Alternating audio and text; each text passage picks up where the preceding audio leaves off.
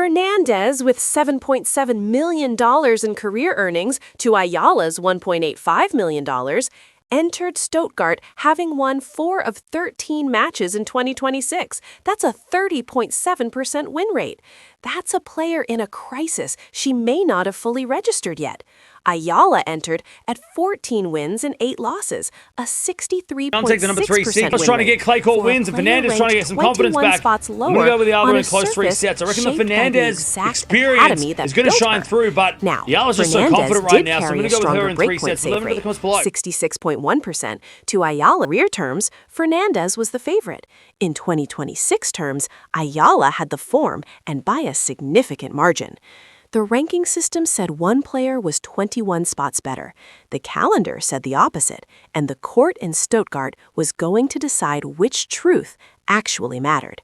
And that's where the record goes quiet. The Stogart match, a first-ever singles encounter, tactical setup, the prize money, the surface advantage, even the fact that Ayala entered as a late replacement for Paris Olympian Chen Wen-jen, who withdrew injured. What isn't documented is the result. Ayala once said she took inspiration from anyone she could because no one from the Philippines had ever been where she was going. Fernandez once said it was hurtful to perform below her standard before her home crowd because she'd been promised something. It's the only thing that matters. Court wins, and Fernandez The trying to get some Porsche confidence Arena in back. Stogart I'm going to go with held Ayala the in close answer 3 to a sets. I question reckon that the had been Fernandez building since experience Manila is and going to shine Montreal, through, but since Ayala's Miami just so and confident right Auckland, now, so I'm going to go since with a her in 3 players' sets. party in Hong Kong where 2 athletes sat together, laughed together, and couldn't yet imagine what the draw would eventually ask of them. So here's the question that remains. When the 2 left-handed players who were never supposed to meet across a net finally did, who was the real Alexandra Ayala and who was the real Leylah Fernandez, and which version of each of them actually showed up in Stogart? The story ends the way these stories always end, except Alexandra Ayala's entire game was not built on, of course. Trained since her formative years at the Rafa Nadal Academy in Spain, a program built on clay court-heavy topspin, extreme physical conditioning, and a ruthlessly specific mental discipline, Ayala had been taught one thing above everything else: point by point, not set by set, not match by match, point by point. And the numbers from that match tell you exactly how that played out. Eala's return game efficiency, the percentage of return points she won, was 64.5%. She was winning nearly 2 out of every 3 points she wasn't even serving against the world number 2. On the biggest stage of her career, Ayala won the match. In the post-match interview, when asked what was running through her mind, Alexandra Ayala said in Filipino, "It was the first time a Filipino player had defeated a top 10 opponent in 35 years. Not a decade, 35 years. That's not just a statistic. That's an entire generation of a sport going without something and then suddenly, violently getting it back." But this is where things shifted, because the same tournament that built Alexandra Ayala's legend also showed the cost of reaching it. After defeating Iga Swiatek in Miami, Ayala faced Karolina Muchova in the semifinal on world number 13. The final score, 0-6, 2-6. Ayala didn't win a single game in the first set. The physical and mental toll of beating the world number 2 had emptied her completely. For most players, that exit would have been the end of the story. For Alexandra Ayala, it was the beginning of the accounting. The Miami round launched her year-end 2025 ranking to world number 50, a 108-spot climb in a single year, 108 spots. And even that number doesn't capture what came next. August 2025, the US Open main draw. Ayala becomes the first Filipino player in the Open era to win a Grand Slam main draw singles match, defeating 14th seed Clara Tolson 6-3, 2-6, 7-6, 11. She had trailed 5-1 in the third set. She saved it in a tiebreak that went all the way to 11 points. And the date of that match? National Heroes Day in the Philippines. It wasn't planned, it wasn't staged, it just happened. And local media used it for exactly what it was: confirmation. Ayala had said publicly that she had no blueprint from her own country to follow. Growing up, it was tough, she said, because you didn't have anyone from where you're from to pave the way. She took inspiration from anyone she could find. She built a road that simply didn't exist. And then something happened that no road could have prepared her for. Early 2026, the ASB Classic in Auckland, New Zealand. The WTA Tour had no idea what was coming. Then we got Eala, April 2026, the Porsche Tennis Grand Prix, a 500 event on indoor clay inside the Porsche Arena in Stogart, Germany. The field includes world number 2, Elena Rybakina, and world number 3, Coco Gauff. The prize at stake, €160,000 and a Porsche sports car for the winner. And in the draw, for the very first time in professional singles history, Alexandra Ayala is set to face Leylah Fernandez. 2 left-handed players, 2 players with shared Filipino blood, 2 players on trajectories that almost nobody had bothered to look at closely enough. Here's what the rankings showed. Fernandez at world number 25, Ayala at number 46. 1 number higher, 1 number lower. Case closed, right? Here's what the rankings didn't show. Leylah Fernandez had entered Stogart with a 2026 match record of 4 wins and 9 losses, including 2 consecutive defeats to Indonesia's Janice 10. Alexandra Ayala had entered Stogart at 14 wins and 8 losses, one of the strongest winning percentages for any player inside the top 50 on the entire tour. The ranking board said Fernandez was the favorite. Every other number in existence said something completely different. But to really understand what happened in Stogart, you have to go back to Miami, and a moment that nobody in Philippine tennis history had ever lived before. March 2025, the Miami Open. Alexandra Eala, ranked somewhere in the top 50 but not yet taken seriously by the sports establishment, walks onto the court to face world number 2 Iga Swiatek in the quarterfinals of a WTA 1000 event. First set, Eala uses the humid, slow conditions in Miami to neutralize Swiatek's heavy topspin forehand. Eala takes the set, then Swiatek fires back. The world number 2 takes a Alexandra Eala enters as the 4th seed. What followed was described in professional circles as, and this is a direct quote, underscore quote, underscore quote. During an Eala match at the Auckland tournament, a referee made decisions that allegedly cost Eala the match. The specific call-by-call details were scarce at first, but the institutional response was not. The referee was banned. In elite professional tennis, referee bans are not routine. They're significant. They're documented. They're the kind of action that signals to an entire tour that something went wrong at a fundamental level. Media framed the aftermath as Eala getting justice. Analysts noted that the scandal cast a shadow over her early 2026 season, but that shadow had an unintended effect.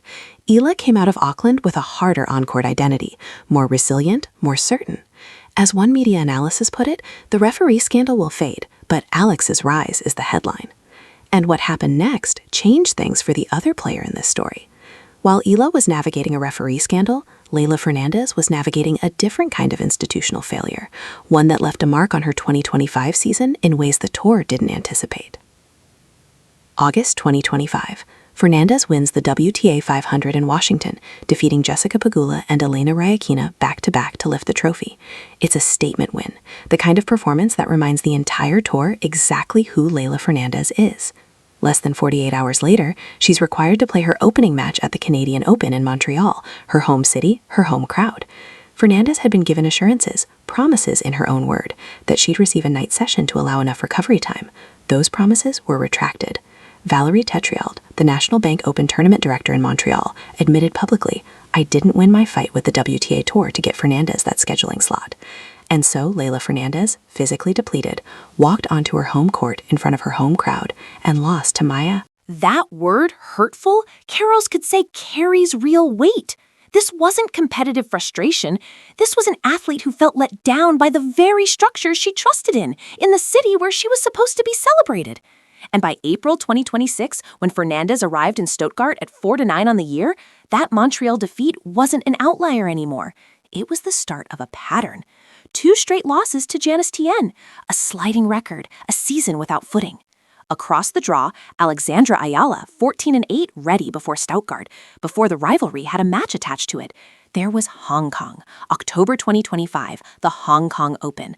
Ayala and Fernandez are spotted at a players' party alongside Maya Joint and Victoria Mboko, bonding the way young athletes do when the competitive pressure briefly lifts. Fernandez called Ayala an amazing person and super kind, saying their closeness and age made them easy to connect with. That detail matters for a reason the rankings can't capture. Leylah Fernandez's mother, Irene, is Filipino. Fernandez has embraced that connection openly, building a relationship with Filipino fans who now find themselves in the strange position of cheering for 2 players on opposite sides of the same court.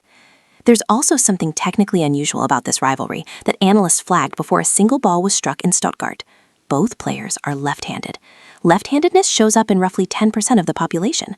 A first-ever WTA singles meeting between 2 left-handed players, both inside the top 50, is, in the words of the technical report, 112 left-handed counterpunchers. One built on the clay philosophy of the Rafa Nadal Academy, one forged on hard courts, willing to step inside the baseline and take tactical risks the moment she senses a lack of depth. Stogart's indoor clay favored Ayala's defensive range, but Fernandez's aggressive timing could still disrupt everything at any moment. Analysts called it a fascinating tactical duel. That phrase understates what it actually was. Here's the interpretation: the mainstream narrative missed entirely. Alexandra is described constantly as the rising star, the underdog, the trailblazer, the player closing the gap. Leylah Fernandez is described constantly as the established veteran, the higher-ranked player, the benchmark everyone else measures against. But when you look at the actual 2026 numbers, not the career totals, not the historical accolades, not the prize money, the picture quietly inverts. Fernandez, with $7.7 million in career earnings to Ayala's $1.85 million, entered Stogart having won 4 of 13 matches in 2026. That's a 30.7% win rate. That's a player in a crisis she may not have fully registered yet. Ayala entered at 14 wins and 8 losses, a 63.6% win rate, for a player ranked 21 spots lower on a surface shaped by the exact academy that built her. Now, Fernandez did carry a stronger breakpoint save rate, 66.1%, to Ayala's 46.2%. Under pressure at the service line, Fernandez was technically tighter. That mattered, but the broader picture was undeniable. In career terms, Fernandez was the favorite.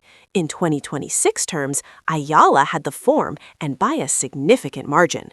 The ranking system said one player was 21 spots better. The calendar said the opposite, and the court in Stogart was going to decide which truth actually mattered. And that's where the record goes quiet. The Stogart match, a first-ever singles encounter between Alexandra Ayala and Leylah Fernandez, is documented in its full context. The stakes, the statistics, the tactical setup, the prize money, the surface advantage, even the fact that Ayala entered as a late replacement for Paris Olympian Chen Wen-jen, who withdrew injured. What isn't documented is the result. Ayala once said she took inspiration from anyone she could because no one from the Philippines had ever been where she was going. Fernandez once said it was hurtful to perform below her standard before her home crowd because she'd been promised something that was taken away. By April 2026, both of them had been shaped by institutional failures, historic breakthroughs, and the specific pressure of carrying a national identity onto a court where that identity is irrelevant, until suddenly it's the only thing that matters. The Porsche Arena in Stogart held the answer to a question that had been building since Manila and Montreal, since Miami and Auckland, since a players' party in Hong Kong where 2 athletes sat together, laughed together, and couldn't yet imagine what the draw would eventually ask of them. So here's the question that remains. When the 2 left-handed players who were never supposed to meet across a net finally did, who was the real Alexandra Ayala, and who was the real Leylah Fernandez, and which version of each of them actually showed up in Stogart?